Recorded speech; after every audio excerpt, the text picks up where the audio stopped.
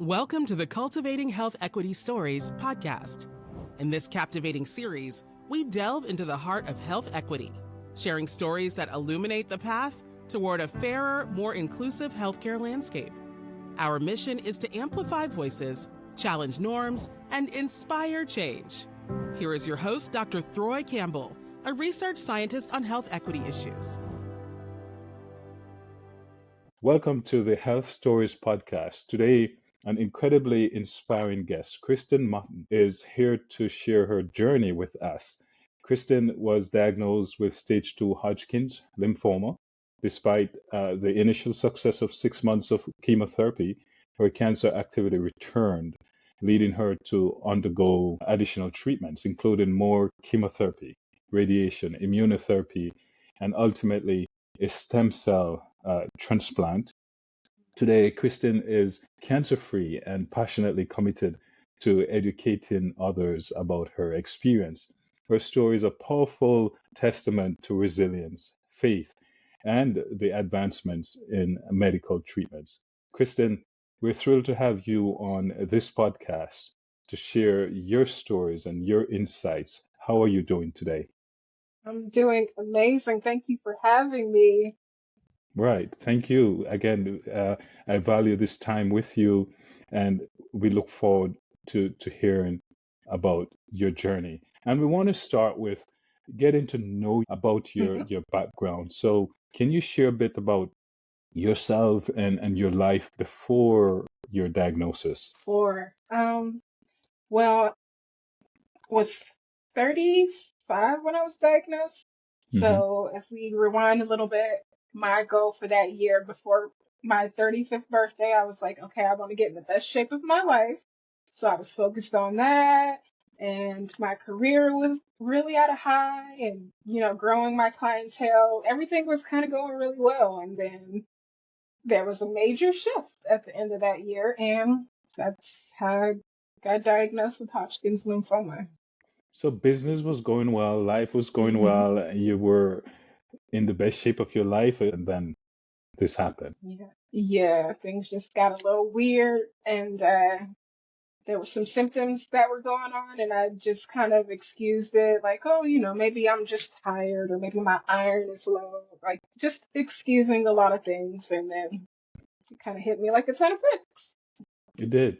So, how hmm did you first find out that you had Hodgkin's lymphoma? It was kind of accidental, really. I was losing a lot of weight, which was strange because Hmm. at this point I had hit my goal weight and I was just trying to maintain. So I was losing like drastic amounts of weight. Hmm. So I went to my primary doctor and we just kind of excused it to maybe hormones or my anemia. We couldn't really figure out what it was. Hmm. But then I ended up a couple weeks later getting COVID. And when I Oh, got COVID, it did not go away. So I went to the emergency room thinking they would probably give me an antibiotic and send me on my way. But when I complained about shortness of breath, they decided to do a lot of testing. mm, And thank God they did, because that's how yeah. we found out. They saw a very large mass on my lung, almost Mm. the size of my lung. Almost the size of your lung. It was massive, yes. Yeah. That must have been devastating, to hear that, being healthy and then to discover that you're gravely ill. Yeah, I remember just kind of being in denial for a little while. Like they Hmm. told me and it didn't really register. And I kind of am a person who jokes through the pain. So I was Yeah. like making jokes and then after a couple of days, it hit me. It took a while.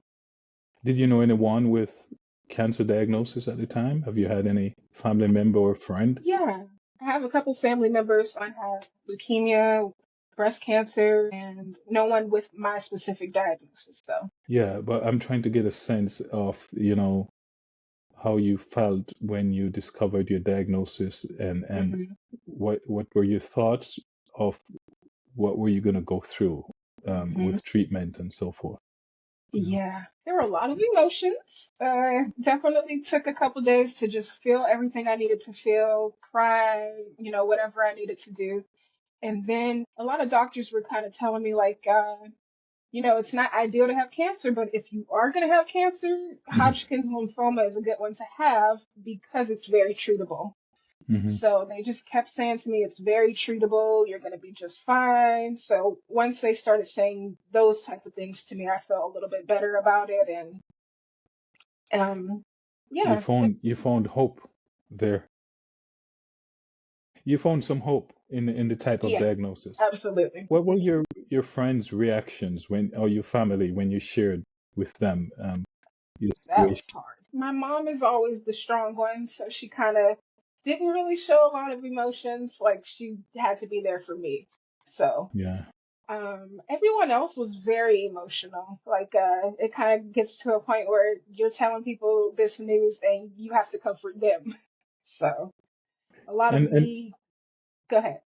well, I'm sorry, I was going to say, and about your clients, did you share it? Like, you must Yes. have close friends who come to see you from time to time, and you said, Yes, I feel like all of my clients are like my family. So yeah, everyone has known from the very beginning and every step of the way. yeah, and they were So there to yeah, support you. absolutely. I have more than enough support. I'm very blessed. You had initially a chemotherapy Hmm. for 6 months. Tell us about Hmm. perhaps your side effects and the challenges you endured and so forth. The weird thing about it is the first time I went through chemotherapy, it was not bad. Like I didn't have a lot of nausea, some, but not like other people were describing. Like I would get online and other people are telling their stories about how sick they are, and I'm like, I feel fine for the most part. Like I had really weird side effects, like my nails turning colors or things like that, but nothing too difficult. So yeah, So you for felt me, you it were wasn't too managing. bad. You felt you were managing and you were Yeah, progressing well. yeah, it was pretty manageable. Just tired, but it wasn't bad to the point where I was kind of like, is it working? Yeah, you, Hmm. you were able to go to work also. Yeah, for the most part, I did take a big step back and kind of limited myself, but yeah, I kept going because I needed a sense of normalcy. So Normal, yeah, working was my normal. right. And so take us through the time then when you, after your first treatment period was through, Hmm. I guess you felt like you made it, right? And Hmm. you start to celebrate. Yes. And that is quite literally how it was. The day that I finished, I celebrated. I went out to eat with my family. It was just this major moment, and I was so excited. But then fast forward, I want to say the turnaround was pretty quick, like maybe within a week. They Wow. were like, it's strange, because the last scan that we did, there was no cancer activity, and now it's showing cancer activity. So Hmm. that's how I found out that it was returning, unfortunately. And can you take us through your emotions then when Oh, you discover the recurrence? yeah. So, like the first 6 months, like I said, I was doing really well. I was kind of in good spirits, but this broke me. Like, I went through a Yeah. lot mentally. Like, I kind of shut down for a little while, kind of distanced myself from a lot of people. I needed a minute to really wrap my head around it because everyone was telling me how treatable my cancer is. And then here I am being told, we didn't get it. And yeah, it broke me. This is significant, Kristen, because you know, to go through the treatments with all the support you have and the hope of completing the treatments and to Hmm. discover within a week afterwards that no, it's Hmm. not gone. There's a lot of uncertainty. And again, you were broken. What do you say to people at that stage who find themselves in similar position?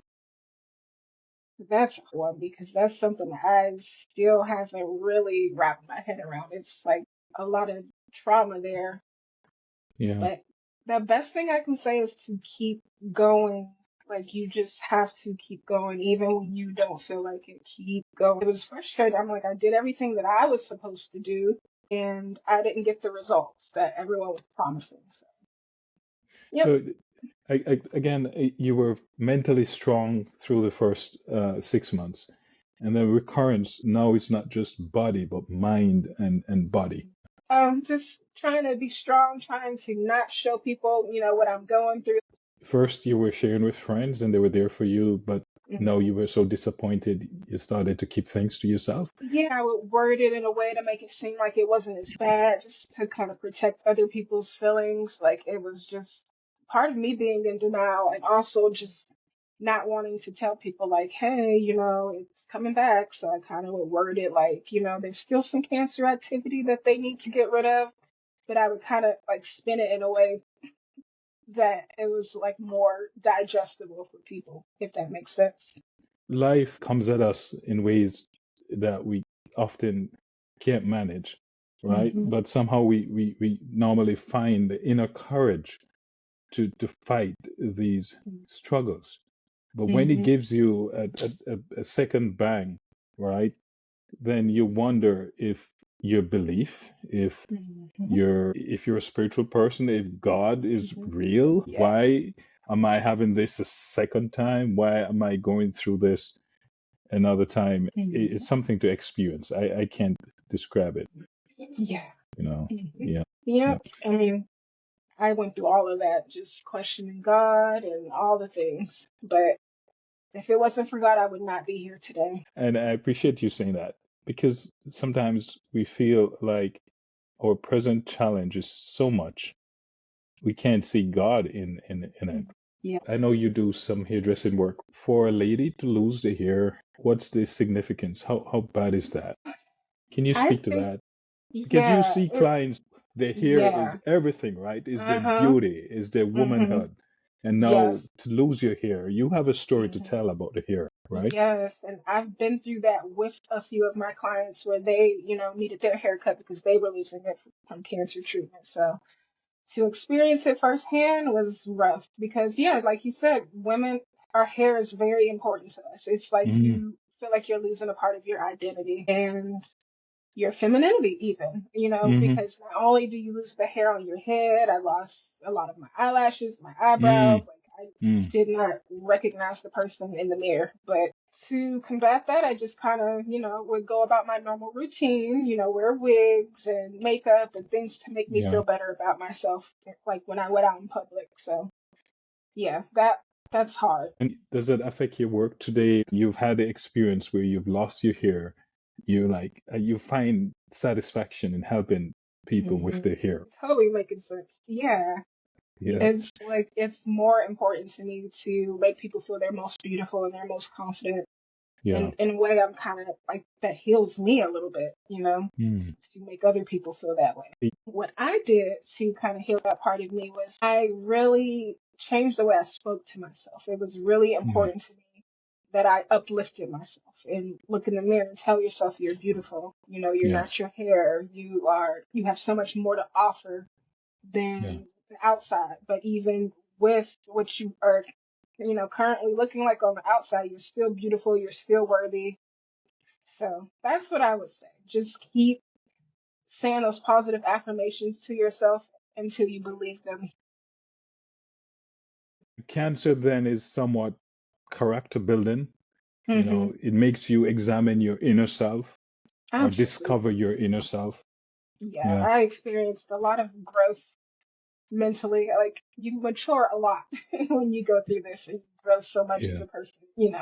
So yeah, yeah, yeah, definitely changed my life in a lot of ways for the better. yeah.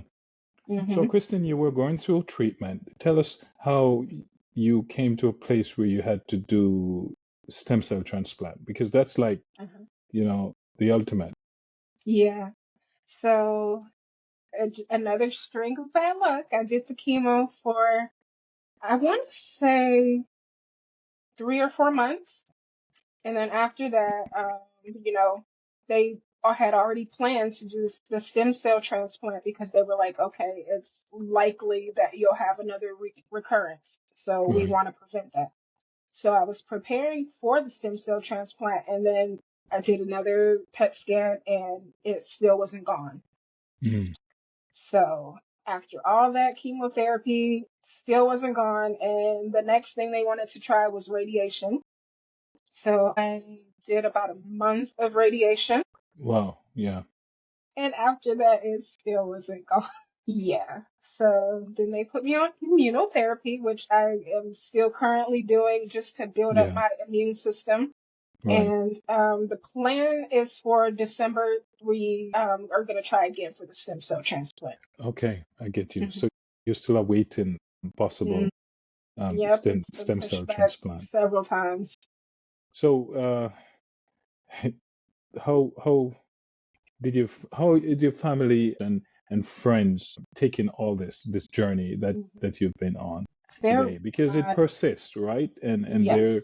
they're still there for you, I hope. Mhm. Yes, they are. They are my warriors. Again, my mother, I would not have gone through this without her. I couldn't. It was rough for everybody because, Yeah. I'm the baby in my family and Okay. my sister treats me like I'm her daughter sometimes. So it was hard for her. Yeah. They went through the emotions too, but everybody tries to show up strong for me How has this journey changed your perspective on life? in so many ways. The biggest takeaway for me is just it's not that serious. And things that seemed so big before are just not significant. It doesn't Mm. matter to me, people's opinions about me. All the things that I used to worry about kind of just let it roll off of me now. So you think cancer helped you to arrive at a place where you think of what's important and Mhm. what's not that much important? Yes, absolutely. Because like just the thought of death, the possibility of that is like, all these insignificant things are not going to matter at the end of the day. So, Right, right. mm, And makes you value life and mhm. moments with family and so forth. Yes, absolutely. Yeah. Yeah, I, ever since me going through all of this, I've become a lot closer with my family. We get together on the holidays more than we ever did. yeah. It's wonderful how You're close looking we've forward grown. to Thanksgiving coming up Yes, in a couple of absolutely. days. It's my favorite Yeah. holiday. Yeah. I Okay. think having a What turkey. advice would you give to others who are currently battling cancer then? It's a few things, but Yeah. the two things I'm going to say kind of contradict each other, but they make sense. Yeah. First, I would say keep a positive attitude as much as you can because that's going to help you get through treatment. It's a lot better when you go in with positivity or, whatever keeps you going. Right.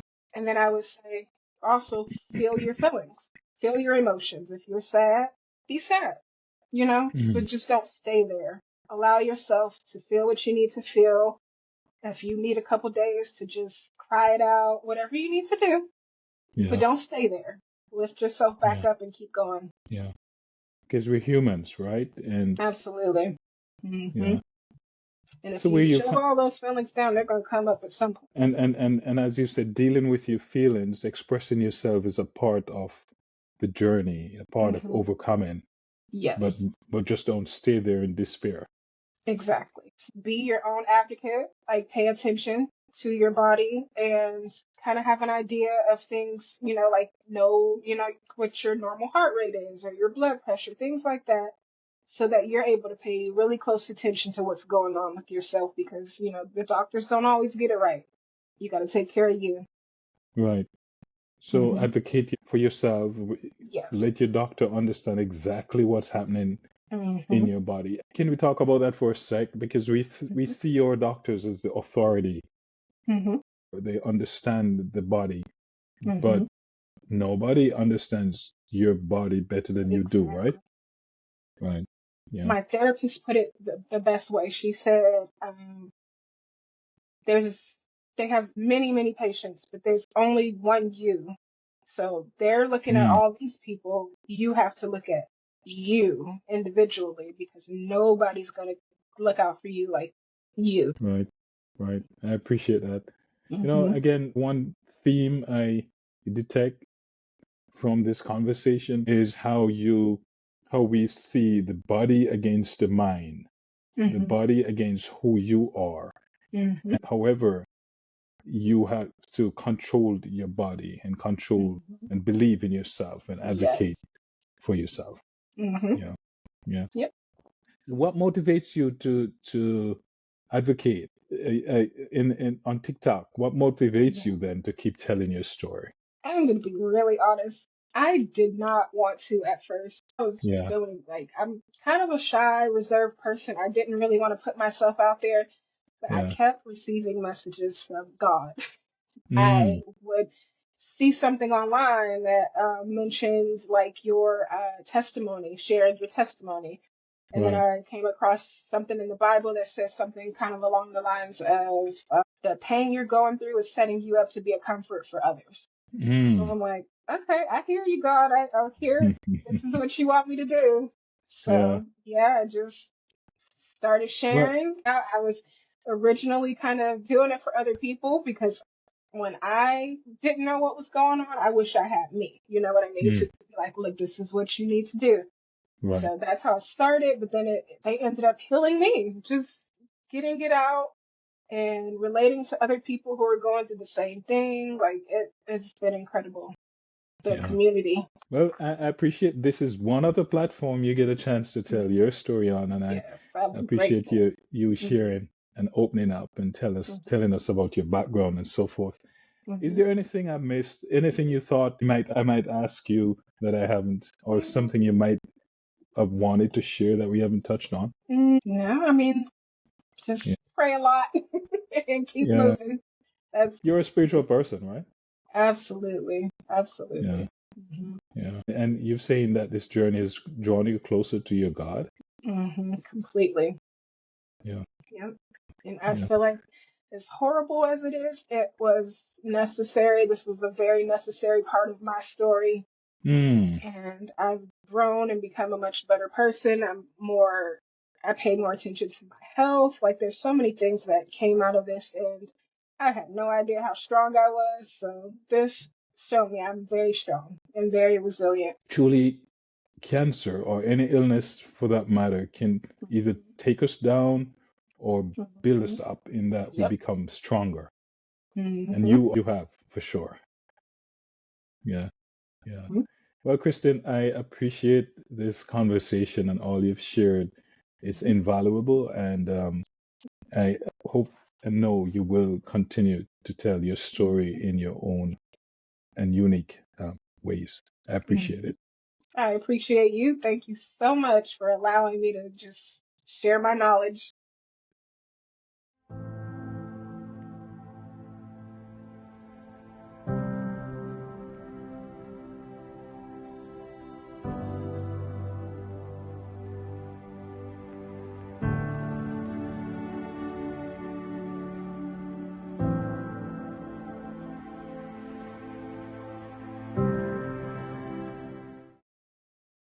Thanks for listening to Cultivating Health Equity Stories.